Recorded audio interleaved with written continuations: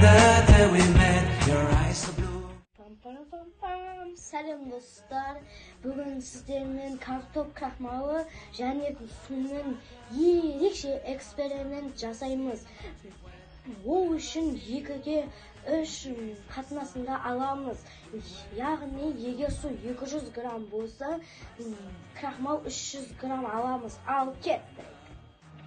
I can't forget the day we met. You look so fly in your red Corvette. Your hair, your look, your everything. When I see it all I knew. Міне достар, осындай сұйық зат шығу керек. Енді осының түбіндегі заттарды сіздерге көрсететін боламын.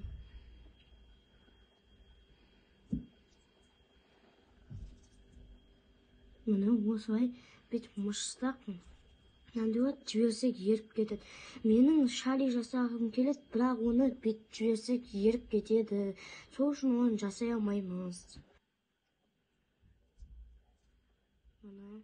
Осы жерде Терминатор 2-ның 2 киносында есіме түсіп кетті ғой. Сол кезінде ана зум кейіпкер осылайынан қатты болып, біресе сұйық болып кетеді. Соны қалай деп түсіне алмай жүрсем, осы екен ғой, енді түсініп жатырмын. Вау, мынаны қараңыздар, сақыз сияқты созу аға деген.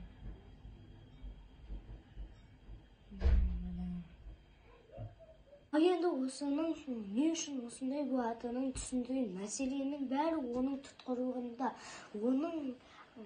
Бұның аты ньютондық емес сұйықтық деп аталады.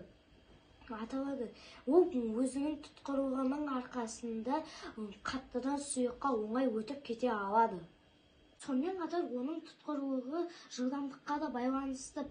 Жылдамдық неге ұлым қатты өсіп, бұның тұтқырлығы да соғылым көп болады. Міне мысалы мына қасықпен мынаған жылдамдықпен ұрып көрсем, ол жан-жаққа қарай шашамайды. Ал бұны жайлап батырсам, ол оңай сұйықтыққа батып кетеді. Ал енді біз бұны алмамен істеп көрейік.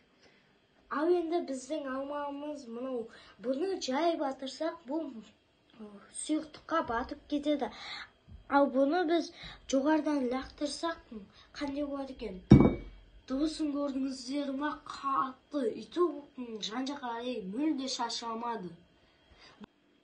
Тағы да көрсетейінші, мұны жақындатып жай батырсақ, ол бізде оп-оңай батады.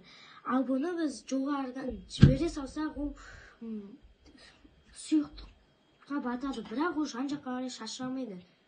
Бұл ерекше тәжірибені үйлеріңізде міндетті түрде жасап көріңіздер. Ал бұны біз шарикке құятын болсақ, күшті антистресс ойыншық шығатын болады.